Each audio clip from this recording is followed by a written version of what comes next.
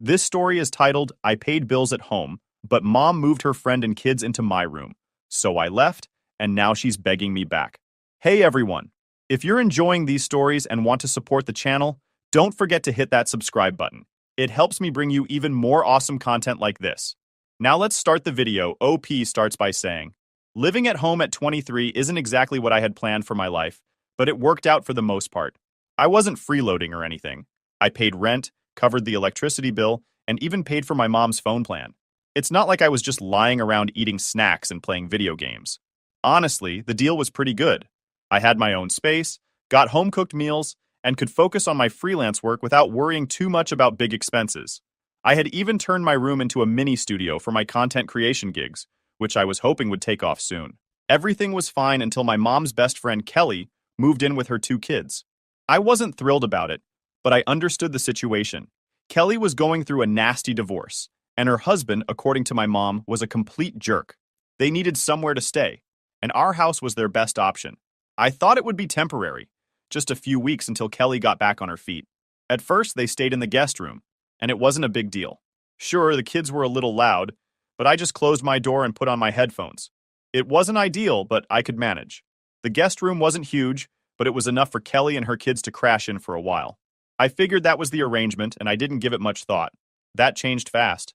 One day, I came home after running some errands and noticed something weird right away. My door was open, and I could hear kids laughing inside. When I walked in, I couldn't believe what I was seeing. My bed was covered in toys, my desk chair was moved, and one of the kids was on my computer. My studio setup, my expensive microphone, lighting, and camera was shoved to the corner of the room like it didn't matter. Kelly's kids were running around like they owned the place, and all my stuff was just out of place. I yelled, "What the hell is going on?" Probably louder than I should have, but I was in shock. My mom walked in and immediately started scolding me, like I was the one out of line. She said, "Calm your tits, it's not a big deal. The kids needed more space and your room is the biggest. It's only fair." Fair? My room? The one I was paying rent for? I told her I wanted them out of my room immediately, but she brushed me off like I was being ridiculous. "They need to be comfortable," she said. "You're being selfish." Selfish?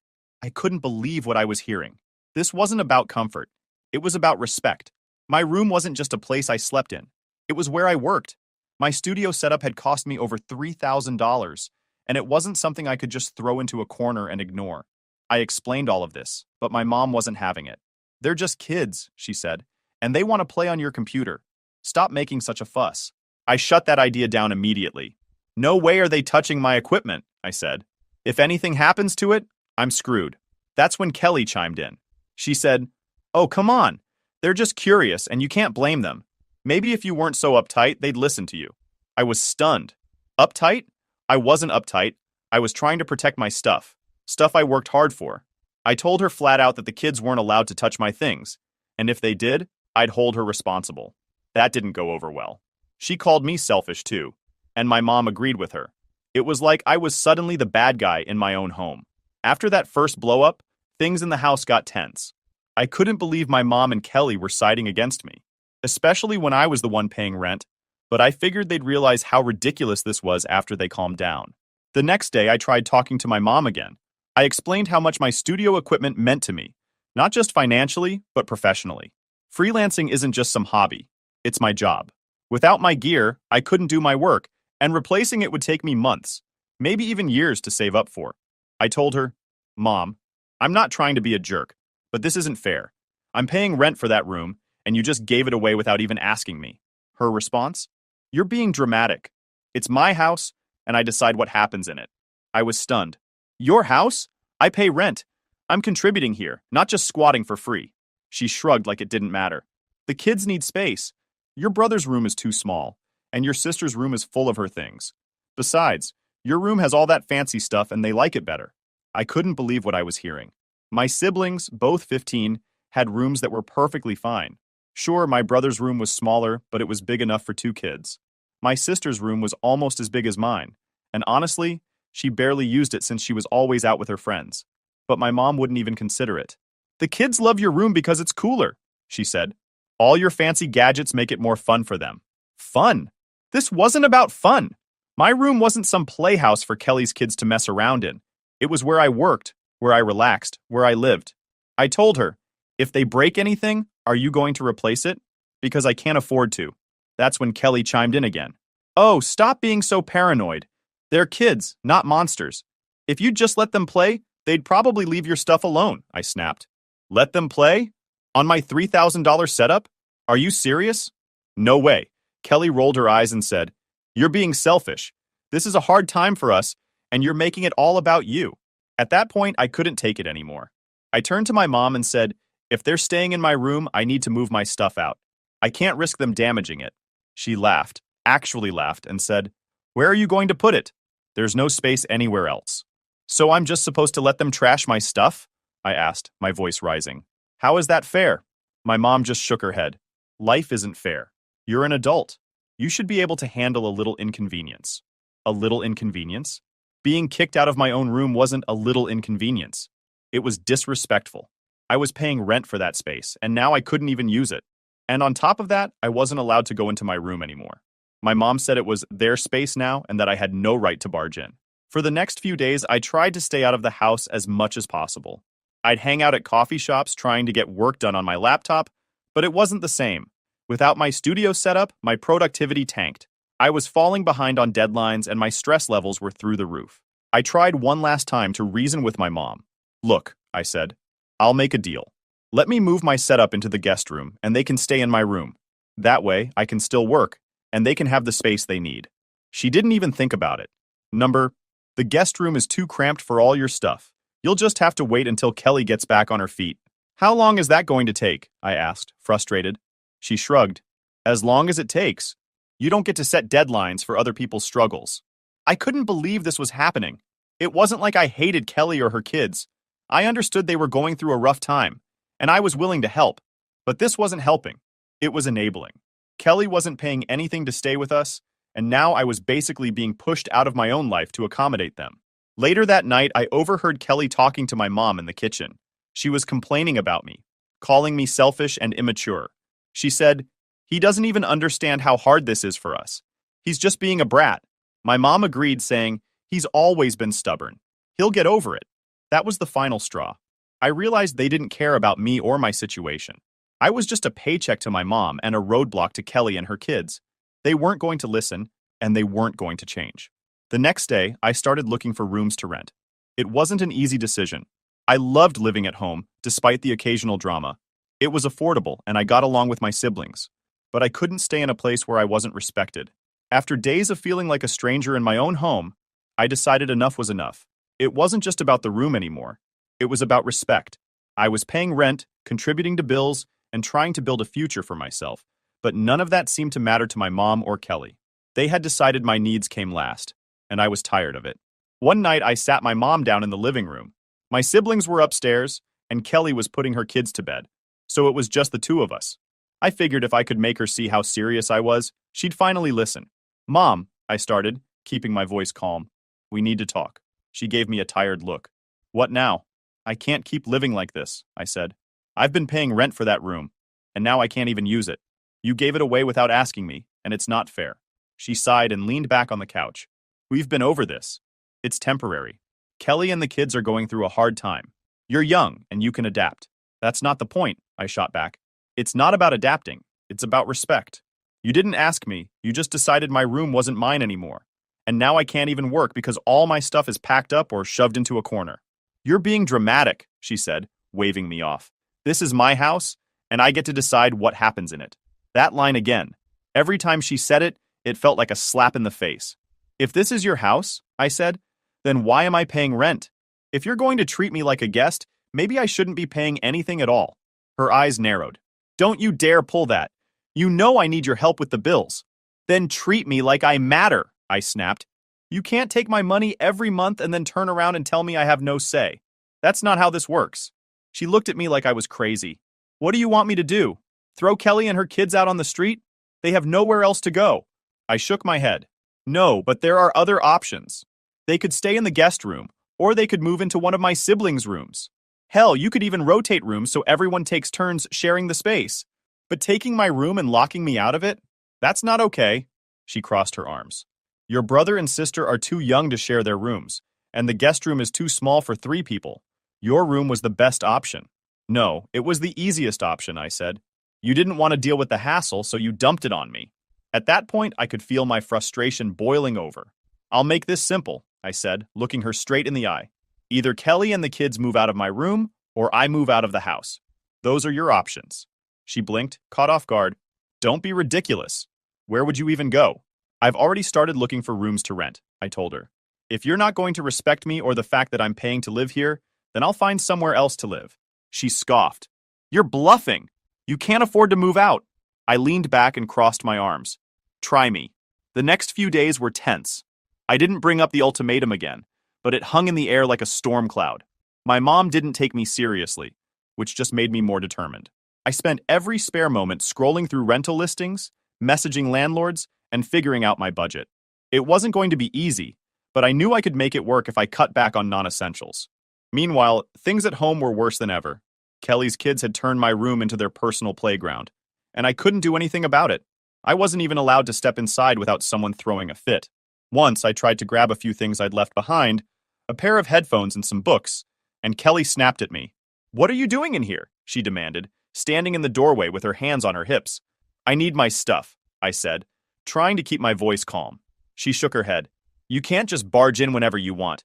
This is their room now. I stared at her, speechless. Are you kidding me? This is my room. Not anymore, she said, her tone icy. You need to respect their space. Respect their space? The irony nearly made me laugh. I'm paying rent for this room, I said, through gritted teeth. I'll grab my stuff and leave, but don't tell me to respect their space when no one respects mine. She muttered something under her breath and walked away, but the damage was done. That was the moment I realized there was no fixing this. My mom wasn't going to back me up, and Kelly wasn't going to change. If I wanted things to get better, I'd have to take matters into my own hands. A week after the ultimatum, I found a room for rent that I could afford. It wasn't anything fancy, a small place in an older building, but it was mine. The landlord was friendly, and the space was clean enough. Most importantly, I could set up my studio without worrying about kids touching my equipment. I didn't tell my mom right away. I wanted to make sure everything was finalized before I dropped the bombshell. When I signed the lease, I felt a strange mix of relief and sadness. Moving out wasn't what I had planned, but staying wasn't an option anymore. I had to put myself first, even if it meant leaving behind the home I'd grown up in. The next step was moving my stuff out. I knew it wasn't going to be easy, especially with my mom and Kelly breathing down my neck, but I didn't care anymore. I was done playing nice. Once I signed the lease for my new place, I knew I had to act fast. If I gave my mom too much notice, she'd find a way to make the move even harder. So I planned it out carefully. I told a few close friends what was going on, and 2 of them agreed to help me pack and move my stuff. One of them even offered to record everything on their phone, just in case things got ugly. The night before the move, I sat down with my mom one last time. I wanted to give her one final chance to make things right. Mom, I started, keeping my voice calm. I've found a place to rent, and I'm moving out tomorrow. She looked up from her phone, surprised. You're really doing this? Yeah, I said, nodding. You didn't leave me much choice. She rolled her eyes. You're overreacting. This whole thing is temporary. You're leaving over nothing. It's not nothing, I said firmly. You gave away my room, locked me out of it, and told me I didn't have a say in the matter. I'm paying rent, and you treated me like I was just disposable. She sighed, like I was exhausting her. You know I need your rent money to keep this house running. If you leave, how am I supposed to pay the bills? I felt a pang of guilt, but I pushed it aside. That's not my problem anymore, I said. You made it clear that this isn't my house. You said it's your house, your rules. Well, if that's the case, then I don't have to stay here. She glared at me. So you're just going to leave us high and dry? I shrugged. You can ask Kelly to start paying rent, or her husband since they're still married. I don't owe you anything. She didn't say anything after that, just gave me a cold look and went back to her phone. I took that as my cue to leave. The next day, my friends showed up bright and early with a couple of cars and a rented van. We were ready to get everything done as quickly as possible. I'd already packed most of my stuff into boxes, but I still had to get my studio set up out of my old room. When we got to the house, Kelly and her kids were already awake. The kids were running around the living room, and Kelly was sitting at the kitchen table with a cup of coffee. She gave me a suspicious look as soon as I walked in. What's going on? She asked, narrowing her eyes. I'm moving out, I said simply. Her eyebrows shot up. Seriously? You're leaving because of this? That's pathetic. I ignored her and headed upstairs to my room. or what used to be my room. When I opened the door, the sight almost made me sick. My bed was covered in stuffed animals and toys, and my desk was piled high with random junk. My computer, microphone, and camera were shoved into a corner, looking like they hadn't been touched in weeks. I turned to one of my friends. "Start recording." He pulled out his phone and began filming as I carefully started packing up my equipment. Kelly must have realized what was happening because she came upstairs and started yelling. "You can't just barge in here and start taking stuff," she shouted. "This is their room now." I turned to her, trying to stay calm. "It's my stuff, Kelly. I paid for it, and I'm taking it with me." She crossed her arms. "You're being ridiculous. You're throwing a tantrum over a couple of kids needing space." "This isn't a tantrum," I said, my voice steady. "This is me standing up for myself. You and my mom have treated me like I don't matter, and I'm done with it." She started yelling again, but I tuned her out and kept packing. My friends helped me load everything into the van while one of them kept filming, just in case Kelly or my mom tried to pull something. By the time we finished, my mom had come upstairs to see what was going on. When she saw the empty room, she flipped out. "You're really doing this?" she asked, her voice shaking with anger. "You're leaving us just because you didn't get your way?" I looked her straight in the eye. "I'm leaving because you didn't respect me. I paid rent for this room, and you gave it away without even asking. You made it clear that I'm not a priority here, so I'm making myself a priority." She opened her mouth to argue, but I held up a hand. "Don't. I've made my decision." As I carried the last box out to the van, Kelly stood in the doorway with her arms crossed, glaring at me. "Good luck out there," she said sarcastically. "You're going to realize how selfish you've been when things get hard." I didn't even bother responding. I just climbed into the van and drove off with my friends. That night, after I'd moved into my new place and started unpacking, my phone blew up with texts from my mom. She was furious, saying I was selfish and inconsiderate for leaving her in a tough spot. She accused me of abandoning the family and leaving her to deal with the bills on her own. "You've always been so selfish," one text read. "I can't believe you'd do this to me after everything I've done for you." I typed out a response but deleted it. I didn't owe her an explanation. She'd made her choices, and now I was making mine. After moving into my new place, the first thing I felt was relief. No more fighting, no more disrespect, and most importantly, no more feeling like I didn't matter. Sure, my new room was smaller, and the building wasn't exactly top-notch, but it was quiet, and it was mine. I unpacked my studio equipment first, carefully setting it up in the corner of my room.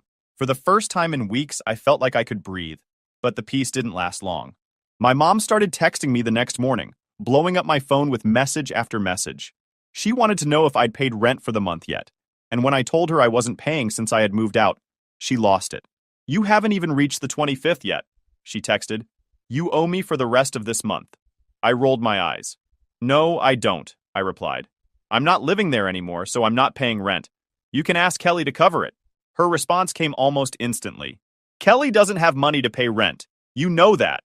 You're leaving me to handle everything on my own, and I can't afford it." "That's not my problem," I texted back.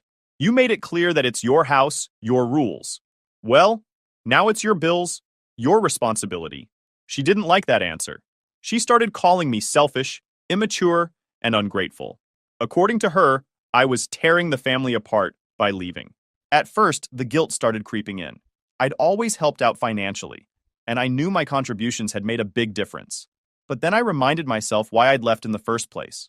My mom had treated me like I was disposable, so why should I feel bad for putting myself first? The next week, the guilt trips turned into anger. My mom sent long, rambling texts about how I was ruining everything. One text read, "You've embarrassed me.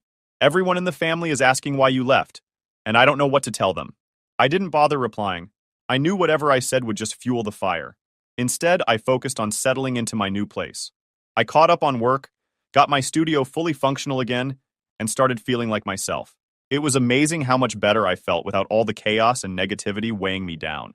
A few days later, my sister called me out of the blue. I hadn't heard much from her since I moved out, so I figured she wanted to check in. But as soon as I picked up, I realized she had a different agenda. "Mom's really upset," she said, skipping the small talk. "She says you're not paying rent this month, and now she's freaking out about the bills." "I'm not living there anymore," I said, keeping my tone calm. "Why should I pay rent for a place I'm not living in?" "But you know she can't afford it without you," my sister argued. "You've always helped out. Why stop now?" "Because she didn't respect me," I said bluntly. "She gave away my room, locked me out of it, and treated me like I didn't matter. I'm done being taken advantage of." My sister sighed. It's not that simple. Kelly's going through a lot, and Mom's just trying to help. I get that, I said. But why does helping Kelly mean screwing me over? I was paying rent for that room.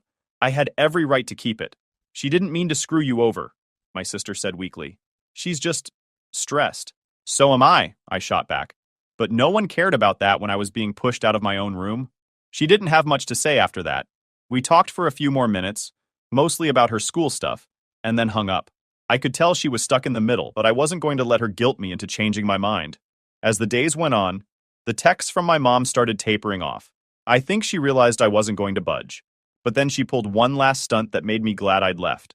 One morning, I woke up to a text from a cousin I hadn't spoken to in years. It said, "Hey, I heard about the drama with your mom. Are you okay?" Confused, I asked what they were talking about. That's when they sent me a screenshot of a Facebook post my mom had made. In it, she painted me as the villain, claiming I'd abandoned her and the family during their time of need. She left out the part where she gave my room away, of course, and made it sound like I'd left out of sheer spite. I was furious. It was one thing to argue with me privately, but airing our dirty laundry online? That was too far. I didn't respond to the post, though. I figured it wasn't worth the effort. Let her play the victim if that's what she needed to do. I knew the truth, and so did the people who actually mattered. Now, a month later, I'm fully settled into my new place. My work is back on track, my stress levels are way down, and I'm finally starting to feel like myself again. My mom still texts me occasionally, but I keep the conversations short and stick to neutral topics. I've learned to set boundaries, and I'm not letting her guilt trip me anymore. Do I feel bad about leaving? Sometimes, yeah. It sucks that things had to end this way, but I don't regret my decision. I deserve respect, and if my mom couldn't give me that, then I had to find it elsewhere. Moving out was the best thing I could have done for myself, and I'm not looking back. Was I the a-hole for leaving and refusing to pay rent for the rest of the month? I don't think so. I tried to be reasonable, but my mom made it clear that I didn't matter as much as Kelly and her kids. At the end of the day, I had to put myself first. If that makes me selfish, so be it.